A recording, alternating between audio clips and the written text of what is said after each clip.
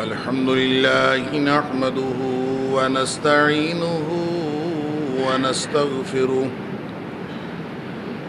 ونؤمن به ونتوكل عليه ونعوذ بالله من شرور أنفسنا ومن سيئات أعمالنا من يهده الله فلا مضل له ومن يضلل فلا هادي له ونشهد أن لا إله إلا الله وحده لا شريك له ونشهد أن محمدًا عبده ورسوله أرسله بالحق بشيرًا ونذيرًا بين يدي الساعة فمن يطع الله ورسوله فقد رشد واهتدى ومن يعص الله ورسوله فقد ضل وغوى فإنه لا يضر إلا نفسه ولا يضر الله شيئا نسأل الله ربنا أن يجعلنا ممن يطيعه ويطيع رسوله ويتبع رضوانه ويجتنب سخطه فإنما نحن به وله أما بعد فإن خير الحديث كتاب الله وخير الهدي هدي محمد صلى الله عليه وآله وسلم وشر الأمور محدثاتها وكل محدثة بدعة وكل بدعة ضلالة وكل ضلالة في النار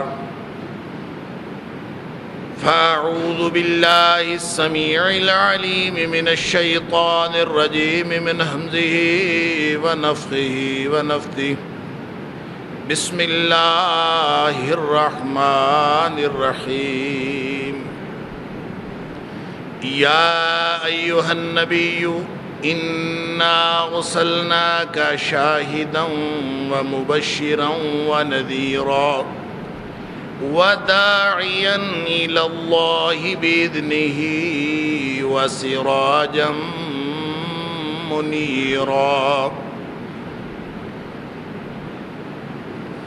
اے نبی صلی اللہ علیہ وآلہ وسلم، ہم نے آپ کو بھیجا ہے گواہ بنا کر اور خوشخبریاں دینے والا بنا کر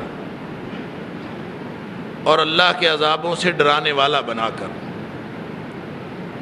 وَدَاعِيًا اور داعی بنا کے بھیجا ہے، بلانے والا بنا کے بھیجا ہے، إِلَى اللَّهِ اللہ کی طرف، بِإِذْنِهِ اپنے حکم سے، وَسِرَاجًا مُنِيرًا اور ایک چمکتا ہوا سورج بنا کے نازل فرمایا۔ صدق اللہ العظیم۔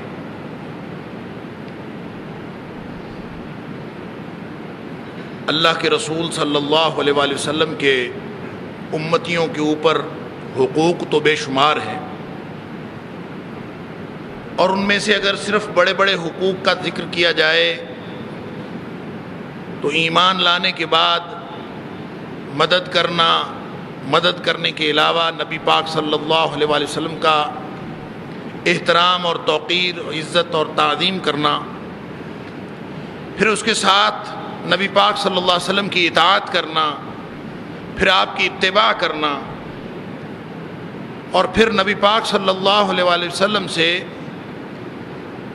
دنیا کائنات کی ہر چیز سے زیادہ محبت کرنا، اپنی جان سے بھی زیادہ نبی پاک صلی اللہ علیہ وسلم سے محبت کرنا، اور پھر نبی پاک صلی اللہ علیہ وآلہ وسلم پر جب بھی ان کا نام نامی سامنے آئے ان پر درود بھیجنا، اور علاوہ ازیں بھی ان کے اوپر درود بھیجتے رہنا، اور نبی پاک صلی اللہ علیہ وآلہ وسلم کے آپ کے اوپر درود بھیجنے کو اپنے عبادات کے اندر، اپنے اذکار کے اندر شامل کرنا، یہ سارے بڑے بڑے حقوق ہیں جو نبی پاک صلی اللہ علیہ وسلم کے ایک امتی کے اوپر لاگو ہوتے ہیں۔ اور اگر کوئی شخص اپنے آپ کو نبی پاک صلی اللہ علیہ وسلم کا امتی کہتا ہے تو یہ بڑے بڑے حقوق اس کو ادا کرنے پڑیں گے۔ ان سب پہ الگ الگ بہت تفصیل سے گفتگو ہو سکتی ہے، اور ہم وقتاً فوقتاً کرتے بھی رہتے ہیں۔ اللہ تعالیٰ ہم سب کو سمجھ بھی عطا فرمائے اور عمل کی توفیق عطا فرمائے۔ لمبا موضوع ہے، اس کو جتنا بھی بیان کرتے جائیں یہ شاید یہ ختم ہونے والا نہیں ہے، لیکن میں آج کی گفتگو کے بعد، اس سے پہلے ہم جتنی دفعہ بھی میں آیات پڑھتا تھا تو وہ ملتی جلتی آیات ہیں، لیکن وہ سورہ فتح کی آیات ہیں۔ اِنَّا أَرْسَلْنَاكَ شَاهِدًا وَمُبَشِّرًا وَنَذِيرًا لِتُؤْمِنُوا بِاللَّهِ وَرَسُولِهِ وَتُعَزِّرُوهُ وَتُوَقِّرُوهُ وَتُسَبِّحُوهُ بُكْرَةً وَأَصِيلًا۔ اور آج میں نے جو دو آیات آپ کے سامنے تلاوت کی ہیں یہ سورۃ الاحزاب کی، سورۃ الاحزاب کی آیت نمبر 45 اور 46 یا 44 اور 45۔ تو ان آیات میں بھی اللہ تعالیٰ نے نبی کریم صلی اللہ علیہ وآلہ وسلم کا مرتبہ اور مقام بتایا ہے کہ آپ کے نزول کا، آپ کے بھیجنے کا، آپ کے ارسال کا، آپ کو نبی اور رسول بنانے کا مقصد کیا۔ اللہ اکبر! کہ نبی کریم صلی اللہ علیہ وآلہ وسلم کی اطاعت اور اتباع کرنا، وہ سارا کچھ اس میں شامل ہے، لیکن نبی پاک صلی اللہ علیہ وسلم کی حیثیت بتائی ہے، اور حیثیت یہ ہے کہ داعیاً الی اللہ باذنہ وسراجا منیرا، کہ آپ کو اللہ کی طرف بلانے والا بنا کر بھیجا گیا، داعی بنا کر بھیجا گیا۔ تو اس کا مطلب یہ ہوا، اور چمکتا ہوا سورج بنا کر بھیجا گیا ہے۔ کیا مطلب؟ کہ نبی پاک صلی اللہ علیہ وآلہ وسلم کے ساتھ جو شخص وابستہ ہوگا اللہ اس کو روشنی عطا فرمائے گا، سراجا منیرا، اس کو روشنی عطا ہوگی۔ اور پھر اس کا ایک اور مطلب بھی ہے، داعیاً الی اللہ، کہ اللہ کی طرف بلانے والا۔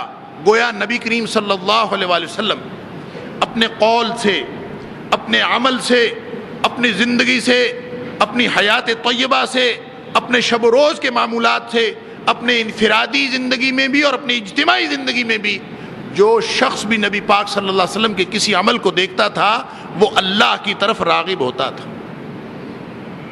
کیوں؟ اس لیے کہ نبی پاک صلی اللہ علیہ وسلم تشریف لائے تاکہ وہ لوگوں کو اللہ کی طرف بلائیں۔ یہ وہی بات ہے جو گزشتہ جمعات کے اندر جو میں نے ایک مثال آپ کے سامنے رکھی، جو نبی پاک صلی اللہ علیہ وسلم نے سمجھائی، بلکہ دونوں مثالوں میں، کہ نبی پاک صلی اللہ علیہ وسلم نے فرمایا میں داعی ہوں، اور ایک گھر جس کے اندر کھانا لگا ہوا ہے مجھے اس کی طرف بلانے کے لیے بھیجا گیا ہے۔ گویا نبی پاک صلی اللہ علیہ وسلم جو دعوت دیتے ہیں ان کی دعوت پر لبیک کہنا امتیوں کا فرض ہے۔ وہاں سے یہ فریضہ پتہ چلا، جس نے نبی پاک صلی اللہ علیہ وسلم کی اطاعت کی اس نے اللہ کی اطاعت کی، جس نے نبی پاک صلی اللہ علیہ وسلم کی بات نہیں مانی اس نے گویا اللہ کی بات نہیں مانی۔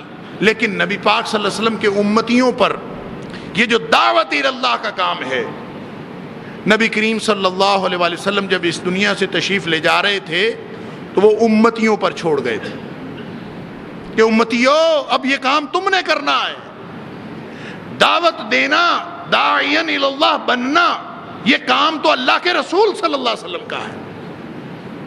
لیکن جب نبی کریم صلی اللہ علیہ وسلم نے خطبہ حجۃ الوداع کا موقع پر فرمایا کہ میں نے تو پہنچا دیا اور میں نے تو حق ادا کر دیا، اور نبی پاک صلی اللہ علیہ وسلم نے صحابہ کو بھی گواہ بنا لیا، اللہ کو بھی گواہ بنا لیا، اور گواہ بنانے کے بعد آپ نے فرمایا فَلْيُبَلِّغِ الشَّاهِدُ الْغَائِبَ، امتیو اب قیامت تک کے لیے یہ کام تمہارا ہے، اب تم نے پہنچانا ہے۔ اللہ کا دین پوری دنیا کے کونے کونے تک تم نے پہنچانا ہے، اور اگر تم نے نہ پہنچایا، اللہ اکبر، تو پھر امتی کیسے؟ نبی پاک صلی اللہ علیہ وآلہ وسلم کے ساتھ تعلق کیسا؟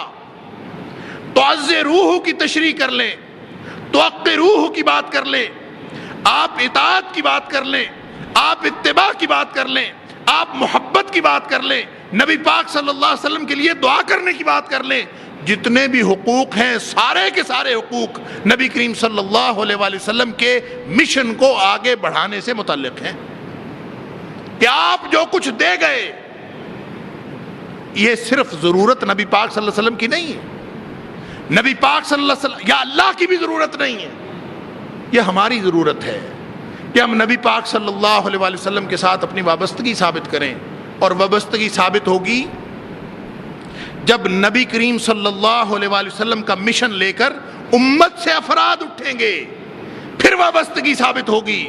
اگر امت وہ کام نہیں کرتی، دین آگے نہیں پہنچاتی، اللہ کی طرف نہیں بلاتی، اور اللہ کی طرف بلانا کیسے؟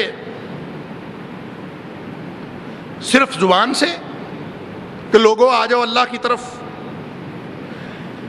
2 گھنٹے اور 3 گھنٹے کی تقریروں سے؟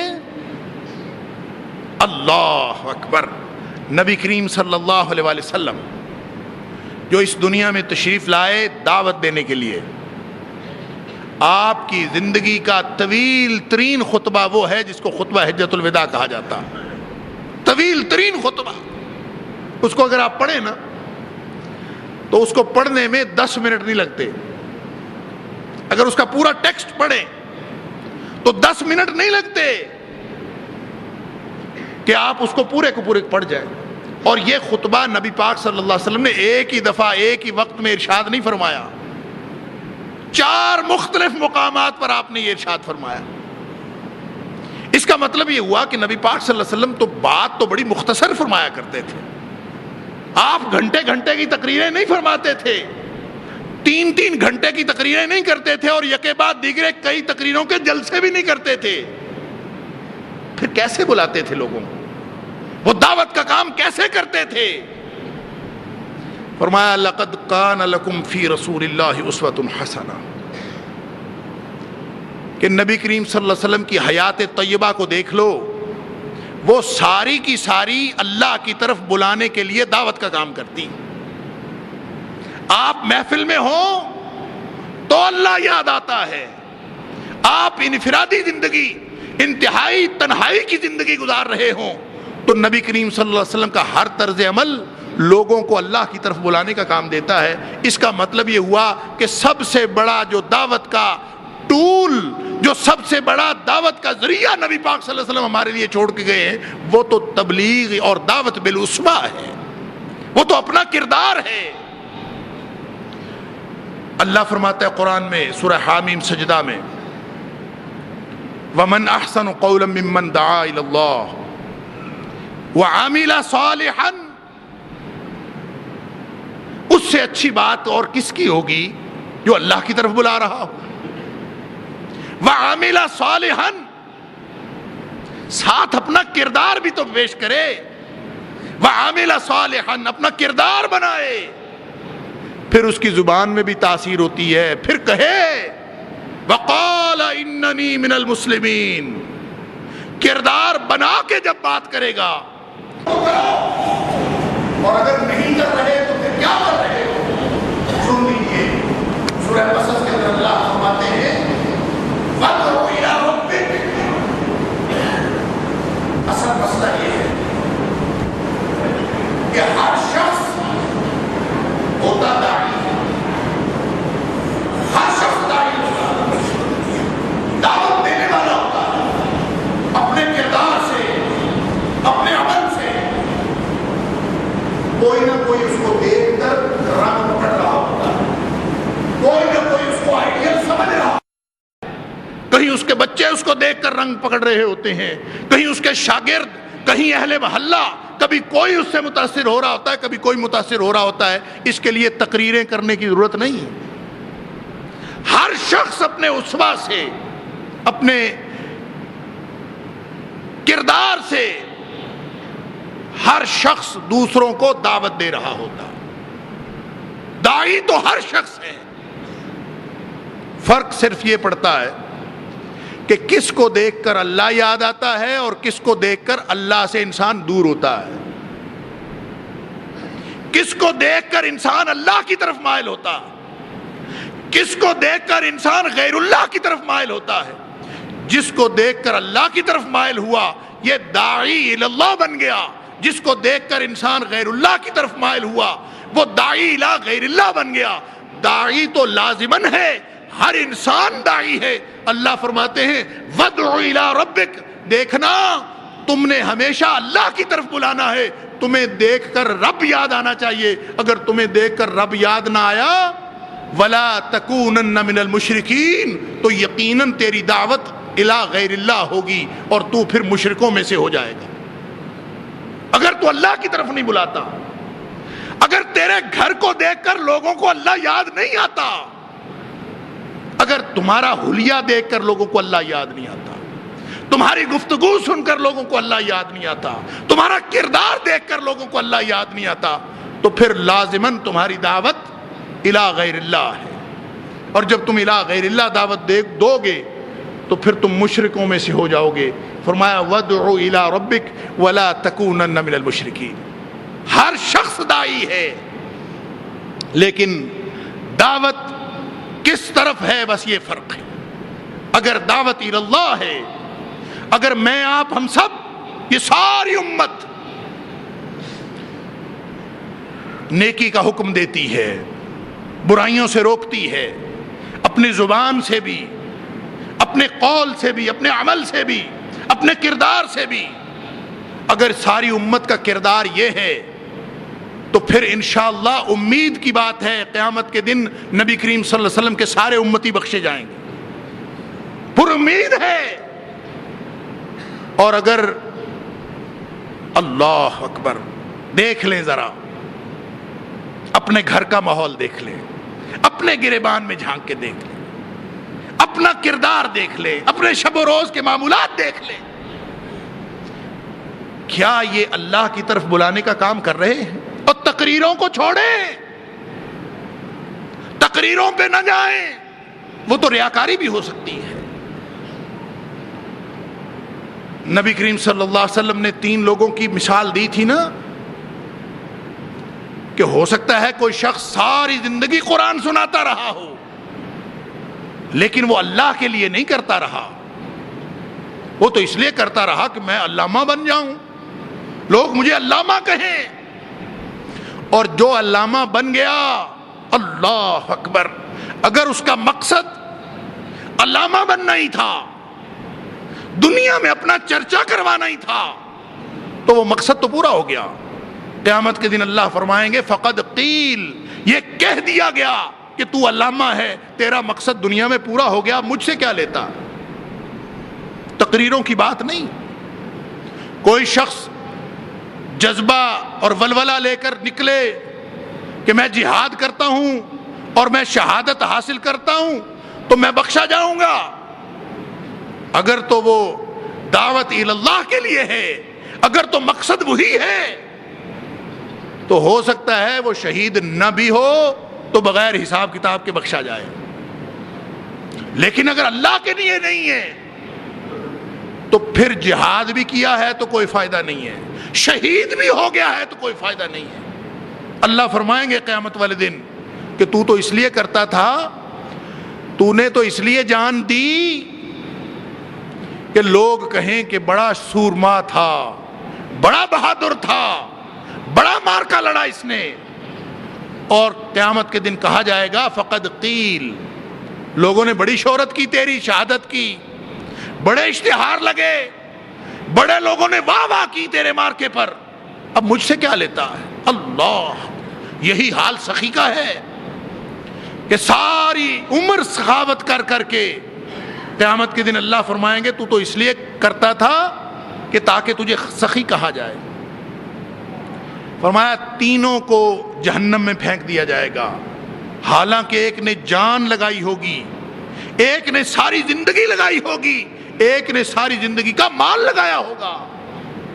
مسئلہ یہ نہیں, مسئلہ یہ نہیں ہے کہ کون کتنا زیادہ کر رہا ہے، مسئلہ یہ ہے کہ کون کتنا اللہ کے لیے کر رہا ہے۔ اگر ہم اللہ کے لیے زندگی گزار رہے ہیں، مقصد کا فرق ہے، مقصد کا۔ صرف مسجد کے مولوی نے نہیں جانا جنت میں، جنت میں ریڑھی والا بھی جائے گا، جنت میں کاروباری بھی جائے گا، جنت میں نوکری کرنے والا بھی جائے گا، لیکن اگر وہ مقصد زندگی کا اللہ کی طرف بلانا تھا، اگر اس کا کردار اللہ کو راضی کرنے کے لیے تھا، تو نبی پاک صلی اللہ علیہ وسلم نے بشارتیں کاروباری لوگوں کے لیے بھی سنائی ہیں، نبی پاک صلی اللہ علیہ وسلم نے ایسے لوگوں کے لیے بھی خبریں سنائی ہیں، غریب آدمی، اللہ اکبر، جس کے پاس بڑا کاروبار بھی نہیں ہے، نبی پاک صلی اللہ علیہ وسلم فرماتے ہیں کہ جو شخص حلال روزی کمانے کے لیے، حلال روزی کمانے کے لیے ایسی جگہ کھڑا ہے جو اس کے شایان شان نہیں ہے، یعنی لوگوں کی نظر میں اس کو بڑا کاروباری ہونا چاہیے لیکن اس کے پاس پیسے نہیں ہیں، وہ حلال روزی کمانا چاہتا ہے، وہ بینک سے قرضہ لے کر سودی قرضے پر بڑا کاروبار نہیں کرنا چاہتا، جتنے تھوڑے بہت پیسے ہیں اس سے ریڑھی لگا کے کھڑا ہو جاتا ہے، جو آتا ہے دیکھتا ہوئے تم نے ریڑھی لگائی، تو اور ریڑھی۔ نبی پاک صلی اللہ علیہ وسلم نے فرمایا جو شخص رزق حلال کمانے کے لیے اور حرام سے بچنے کے لیے ایسی جگہ کھڑا ہے جو اس کے شایان شان نہیں ہے، لیکن وہ اس لیے کھڑا ہے کہ وہ حرام سے بچنا چاہتا ہے، وہ حلال کمانا چاہتا ہے، فرمایا واجبت لہ الجنہ، اللہ اس کے اوپر جنت واجب کر دیتا۔ کس بات میں جنت ہے؟ اس کے لیے کوئی ایک قاعدہ نہیں ہے، کوئی ایک کام نہیں ہے، اصول ایک ہے، کیا؟ کہ زندگی اللہ کے لیے ہو، اگر اللہ کے لیے ہے تو پھر سب ٹھیک ہے۔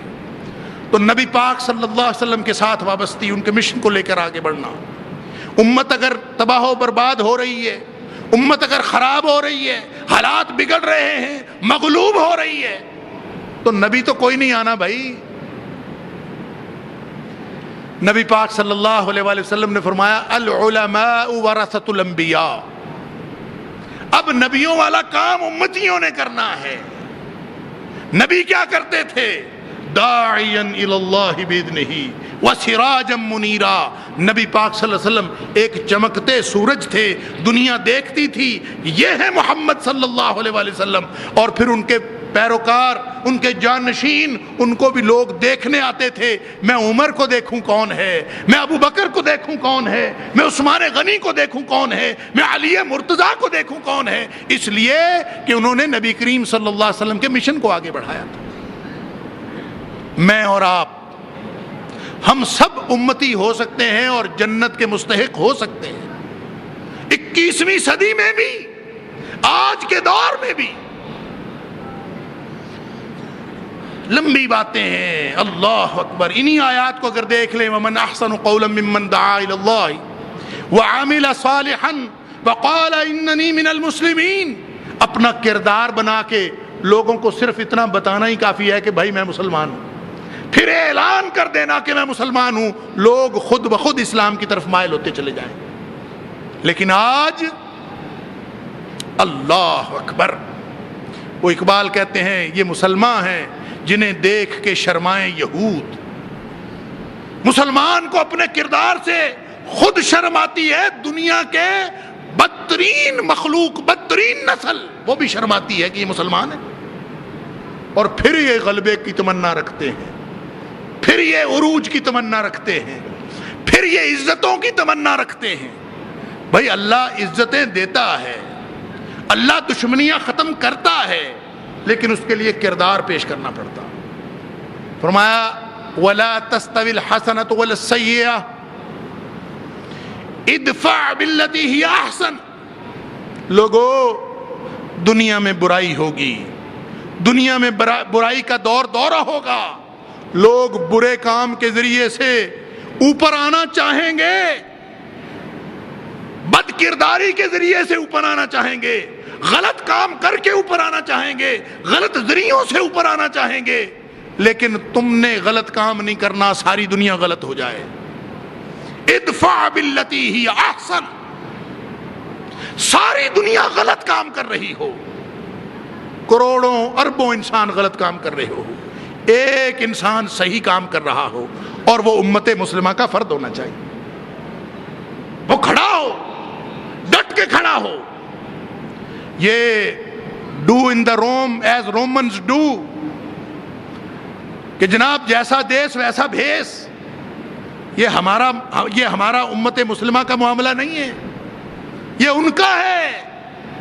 ہمارا معاملہ یہ ہے کہ ہمارے ہاں فیشن چلتا ہے تو نبی پاک صلی اللہ علیہ وسلم کا چلتا ہے، ہمارے ہاں قانون چلتا ہے تو نبی پاک صلی اللہ علیہ وسلم کا چلتا ہے. فرمایا یہ ہر ایک کو نہیں ملتا. اللہ اکبر. وما يلقاها الا الذين صبروا، سورہ حامیم سجدہ. یہ کیسا معاملہ ہے کہ ساری دنیا میں برائی بھری ہوئی ہے، ایک آدمی جو اکیلا نیکی کر رہا ہے، فرمایا ادفع بالتی ہی احسن فاذا الذی بینک وبینہ عداوۃ کانہ ولی حمیم. تم یہ پالیسی اپنا کے دیکھو، جو تمہارے بدترین دشمن ہیں وہ بھی دوست بن جائیں گے. کیوں؟ اس لیے کہ یہ نبوی کام ہے، نبی کریم صلی اللہ علیہ وسلم کا اسوہ. جب نبی پاک صلی اللہ علیہ وسلم تشریف لائے، کنتم علی شفا حفرۃ من النار فانقذکم منها فاصبحتم بنعمتہ اخوانا. نبی پاک صلی اللہ علیہ وسلم کی آمد کا یہ اثر ہوا تھا کہ باہمی دشمنیاں رکھنے والے لوگ وہ بھائی بھائی بن گئے تھے. یہ کیسے ہو سکتا ہے کہ تم یہی کردار اپناؤ تو تمہارے اندر دشمنیاں دوستیوں میں نہ بدلیں؟ لیکن یہ ہر ایک کے لیے نہیں ہے. فرمایا وما یلقاها الا الذین صبروا. ڈٹنا، صبروا، جو ڈٹنے والے ہیں. بڑا مشکل ہوتا ہے کہ جب ندی بہہ رہی ہو، پانی بہہ رہا ہو ایک خاص سمت میں، ادھر تیرنا بہت آسان ہے، پانی کے رخ پہ جانا بڑا آسان ہے، اور پانی کے رخ کے الٹ جانا، ہوا کے رخ کے الٹ جانا، آندھیاں چل رہی ہوں اور آپ اس کے الٹ جانا چاہیں، اللہ اکبر، یہ ہے بڑا مشکل. فرمایا لیکن یہ بڑے نصیبے والوں کی بات ہے. وما یلقاها الا الذین صبروا وما یلقاها الا ذو حظ عظیم. جس کو اللہ کی طرف سے بڑا مقدر ملتا ہے، بڑا نصیبہ، بڑا حصہ، وہی یہ کرتا. اور صبروا، وہ نبی پاک صلی اللہ علیہ وسلم کی حدیث میں نے آپ کے سامنے رکھی تھی. تھوڑا ڈٹ کے تو دیکھو، پھر دیکھو اللہ کی رحمتیں کتنی نازل ہوتی ہیں. صحابہ کے لیے ڈٹنا آسان تھا، ہمارے لیے زیادہ مشکل ہے. وہ دور بدترین ہونے کے باوجود اس دور میں نبی کریم صلی اللہ علیہ وسلم خود موجود تھے، اس لیے وہ آسان تھا. ہمارے ہاں چونکہ نبی کوئی نہیں آنا، قیامت تک نبی کریم صلی اللہ علیہ وسلم کی نبوت چلنی ہے، اس لیے آج کے دور میں مشکل. لیکن نبی پاک صلی اللہ علیہ وسلم نے خوشخبری سنائی ہے کہ ڈٹ کے دیکھو تم، پھر کیا ہوتا ہے. اللہ اکبر. فرمایا کہ تمہارے بعد ایک دور آنے والا ہے جو ڈٹنے کا دور ہے. ان من ورائکم ایام الصبر. کئی دفعہ میں یہ حدیث آپ کو سنا چکا. تمہارے بعد ایک دور آنے والا ہے جو ڈٹنے کا دور ہے. اگر تم ڈٹ گئے اللہ کے دین پر تو پھر سمجھ لو کہ اللہ کی طرف سے وہ نصیبہ مل گیا. اور اگر تم ڈٹے ہی نہیں، فرمایا ڈٹنا مشکل بہت ہے، اتنا مشکل. فرمایا والصبر فیہن کقبض علی الجمر. اتنا مشکل ہوگا اللہ کے دین پر قائم رہنا. ذرا اپنے آپ کو نبی کریم صلی اللہ علیہ وآلہ وسلم کی سنت کے مطابق بنا کے تو دیکھیں. اپنی ذات سے لے کر پھر اپنا گھر کا ماحول اور پھر اہل محلہ اور دوست احباب، کتنی رکاوٹیں ہیں، کتنے حجاب ہیں، کتنے اندھیرے ہیں، کتنی گمراہیاں ہیں، انسان کو ایک قدم نہیں چلنے دیتے. فرمایا اتنا مشکل ہوگا قیامت کے دن، قیامت کے قریب، قیامتی زمانے میں صحابہ کرام کے بعد آنے والا دور، مجھے تو لگتا ہے ہمارے دور کی بات ہے، فرمایا اتنا مشکل ہوگا جیسے آگ کا انگارہ ہاتھ میں پکڑنا مشکل ہے۔ آگ کا انگارہ ہاتھ میں پکڑا ہوا ہو تو چین آتا ہے، صبر آتا ہے۔ کسی کو کہیں صبر کرو بھی، ڈٹے رہو، وہ کہے گا تم اپنے ہاتھ میں پکڑو نا انگارہ، پھر میں دیکھتا ہوں تمہارے اندر صبر آتا ہے کہ نہیں آتا۔ دین پر ڈٹنا اتنا مشکل ہوگا جیسے آگ کا انگارہ ہاتھ میں پکڑ۔ لیکن نبی پاک صلی اللہ علیہ وسلم نے فرمایا للعامل فیہا، کہ ان دنوں میں، اس دور میں پھر بھی جو عمل کرے گا نا، پھر بھی عمل کرے گا، فرمایا اس کے لیے 50 لوگوں جتنا اجر ہے، اجر و 50، للعامل فیہا اجر و 50، 50 لوگوں جتنا اجر۔ صحابی پوچھتا ہے اللہ کے رسول صلی اللہ علیہ وسلم یہ 50 کون سے لوگ؟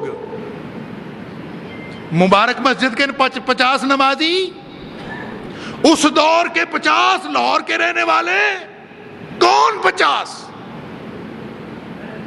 50 منا او 50 منہم، ہمارے 50 یا ان کے 50؟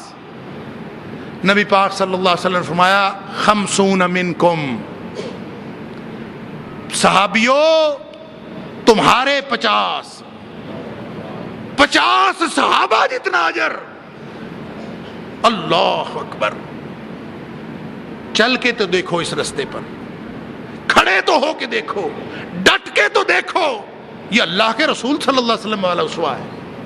اور ایک آخری نقطہ سمجھ لیجئے کہ جو داعی نہیں ہوتا نا، جو داعی اللہ نہیں ہوتا، وہ داعی الی غیر اللہ ہوتا ہے۔ اور جو داعی ہوتا ہی نہ ہو، جو داعی بنے ہی نہ، تو پھر وہ مدعو ہو جاتا ہے، وہ کسی دوسرے کی دعوت کا شکار ہو جاتا ہے۔ جو داعی نہ ہو، جس کے کردار کو دیکھ کر اللہ یاد نہ آئے، یا تو وہ داعی الی غیر اللہ ہے، اور اگر وہ داعی نہ الی اللہ ہے، نہ داعی الی اللہ ہے، نہ داعی الی غیر اللہ ہے، اگر وہ داعی الی اللہ نہیں، داعی الی غیر اللہ ہے، تو وہ مشرک ہے۔ وَلَا تَكُونَنَّ مِنَ الْمُشْرِكِينَ، مشرک نہیں بننا، داعی الی اللہ بننا ہے۔ اور اگر کوئی شخص نہ داعی الی اللہ ہے، نہ داعی الی غیر اللہ ہے، تو پھر وہ مدعو ہے، وہ کسی نہ کسی کی دعوت کا شکار ہو جائے۔ نبی پاک صلی اللہ علیہ وسلم نے بنی اسرائیل کی مثال دی، جب وہ کہتے ہیں ایسے نہیں ہوا کہ انہوں نے دعوت نہیں دی، انہوں نے روکا نہیں برائیوں سے۔ جب وہ شروع میں برائیاں شروع ہوئی تھیں تو وہ کہتے تھے یا ھذا اتق اللہ، اس کو دیکھتے کہتے اللہ سے ڈرو، کہتے رہے۔ لیکن جب یہ کہنا کمزور ہوا، دعوت کمزور پڑی، تو وہ خود ان کے اسوہ کا شکار ہو گئے، جو سارے لوگ کر رہے تھے، جو سارے بنی اسرائیل کی برائیاں تھیں۔ علماء بھی شامل ہو گئے، کیونکہ کھانا پینا انہی کے ساتھ تھا، معاملات انہی کے ساتھ تھے، کسی بات برائی کی نفرت ہی ختم ہو گئی۔ فرمایا برائی کی نفرت ختم ہوئی تو اللہ نے ان کے دل ملا دیے، اور جب دل مل گئے تو سب پر اللہ نے اکٹھے لعنت فرما دی۔ نبی پاک صلی اللہ علیہ وسلم تکیہ لگائے بیٹھے تھے، سیدھے ہو کے بیٹھ گئے، انگلی اٹھائی، پرجلال انداز میں فرمایا کہ تم نے اگر بچنا ہے تو تمہیں ہر صورت میں نیکی کا حکم دینا پڑے گا۔ لَتَأْمُرُنَّ بِالْمَعْرُوفِ وَلَتَنْهَوْنَ عَنِ الْمُنْكَرِ، ڈٹنا پڑے گا۔ وَلَتَأْخُذُنَّهُ عَلَى يَدِ الظَّالِمِ، ظالم کا ہاتھ پکڑنا پڑے گا۔ وَلَتَأْتِرُنَّهُ عَلَى الْحَقِّ أَطْرًا وَلَتَقْصُرُنَّهُ عَلَى الْحَقِّ قَصْرًا، تمہیں لوگوں کو حق پر مجبور کر دینا پڑے گا۔ اس کو تو شرم آتی ہے جو لوگوں کو کہے کہ بھائی نماز پڑھو، اس کو شرم نہیں آتی جو کہتا ہے بیٹھو بیٹھو موج کرو، نماز بعد میں پڑھ لیں گے، اس کو نہیں آتی۔ جو کہہ دے کہ نماز پڑھو وہ نکو بنتا ہے۔ اور اس کی بے شمار مثالیں آپ اپنے معاشرے میں دیکھ لیں، معاشرے کی بے حیائی دیکھ لیں، معاشرے میں بے نمازی دیکھ لیں، بے روز دیکھ لیں. اللہ اکبر. بہت پرانی بات ہے, 10 12 15 سال, یعنی جب حالات بہتر ہوتے تھے. میں اس وقت سوچ بھی نہیں سکتا, بلکہ 20 سال پرانی بات. میں اوکاڑا کالج میں ہوتا تھا, تو پروفیسرز اکٹھے ہوئے کسی افطاری پہ, تو ایسے ہی ذرا پہلے بیٹھ گئے. ہم 10 15 منٹ ابھی افطاری میں رہتے تھے, تو مجھے انہوں نے کہا کہ روزے کی اہمیت پر کچھ گفتگو کر لو. میں نے ایسے 10 15 منٹ گفتگو کر لی روزے کی اہمیت پہ, اور وعید بتائی کہ جو لوگ روزہ چھوڑتے ہیں ان کی وعید کیا ہے. کوئی حدیث سنا دی ہوگی کیا کیا. آپ یقین کریں, میرے کولیگز میں سے ایک بندہ ناراض ہو گیا, اٹھ کے چلا گیا, میں نہیں افطاری کرتا. ناراض, میرے ساتھ بولے نا اگلے دن. اچھا, میں حیران بھی, ناراضگی کس بات. پتا چلا کہ حضرت کا روزہ نہیں تھا اور روزے رکھتے ہی نہیں, اور کئی لوگ نہیں رکھتے. تو انہوں نے بے عزتی محسوس کی ہے کہ ہمیں منہ پہ بٹھا کے ہمیں کہہ رہا تھا بے روزوں کو یہ ہوگا, بے روزوں کو یہ ہوگا, بے روزوں کو وہ ہوگا, تو ہماری منہ پہ بٹھا کے بے عزتی کر رہا تھا. ناراضگی, یعنی جو کہنے والا ہے وہ نہ کہے. کیا ماحول ہے یہ, 20 سال پرانی بات کر رہا ہوں. اور میں اگلے دن حیران ہو گیا. میں نے کہا اچھا آپ کا روزہ نہیں تھا. لوگوں سے پوچھا ہے اس کا روزہ. انہوں نے کہا کہاں پھرتے ہو. 70 72 کا سٹاف تھا. انہوں نے کہا آدھے سے زیادہ لوگوں کا روزہ نہیں ہوتا. ہم مسلمان ہیں, نمازیں کتنے لوگ پڑھتے ہیں, نمازی کتنے ہیں, کتنے لوگ اللہ کے رسول صلی اللہ علیہ وسلم کی سنت کا خیال رکھتے ہیں, کتنے لوگوں کا گھر کا ماحول سنت کے مطابق ہے. آپ دیکھ لیں اگر ایسی صورتحال ہوگی. میں ایک والدہ صاحبہ کا ایک خواب آپ کو سناتا ہوں. ہمارے والد صاحب فوت ہو گئے تھے 1998. اللہ تعالیٰ ان کی مغفرت فرمائے. والدہ صاحبہ کا انتقال ہوا ہے 2010 میں. اللہ تعالیٰ ان کی مغفرت فرمائے. اس دوران میں والد صاحب کو فوت ہوئے کو 2-4 سال ہو گئے تھے. تو ایک دفعہ والدہ صاحبہ نے خواب میں دیکھا کہ گھر کے اندر 0 بلب بلے ہوئے ہیں اور کوئی بڑی لائٹ روشن نہیں ہے. تو وہ کہتی ہے میں بڑی پریشان ہوں کہ پتہ نہیں یہ بڑی لائٹ کیوں نہیں بلتی. میں دوسری جلاتی ہوں, دوسری جلاتی ہوں, دوسری, کوئی لائٹ آن نہیں ہوتی. تو مجھے والدہ صاحبہ نے خود بتایا کہ تمہارے ابا جی بھی وہاں پہ موجود ہیں خواب میں. تو میں ان کو کہتی ہوں کہ یہ لائٹ کوئی بڑی روشن نہیں ہو رہی, پتہ نہیں کیا مسئلہ ہے. تو انہوں نے مجھے کہا وہاں پہ ایک ٹی وی پڑا ہوا تھا. تو انہوں نے ٹی وی کی طرف اشارہ کیا خواب میں, اور کہتے ہیں جس گھر میں یہ ڈبہ آ جائے گا نا, اس گھر میں کبھی کوئی بڑی لائٹ روشن نہیں ہو سکتی. اور اس امت کے اندر تو گھر گھر بے حیائی ہے. یہاں روشنیاں کیسے آئیں گی. سراج منیر کے امتی اب تاریکیاں ہی پھیلا سکتے ہیں, روشنی نہیں پھیلا سکتے. اپنے کردار پر غور کریں, اپنی نبی کریم صلی اللہ علیہ وسلم کے ساتھ وابستگی پر غور کریں. اللہ تعالیٰ مجھے اور آپ کو عمل کی توفیق عطا فرمائے. وآخر دعوانا الحمدللہ رب العالمین.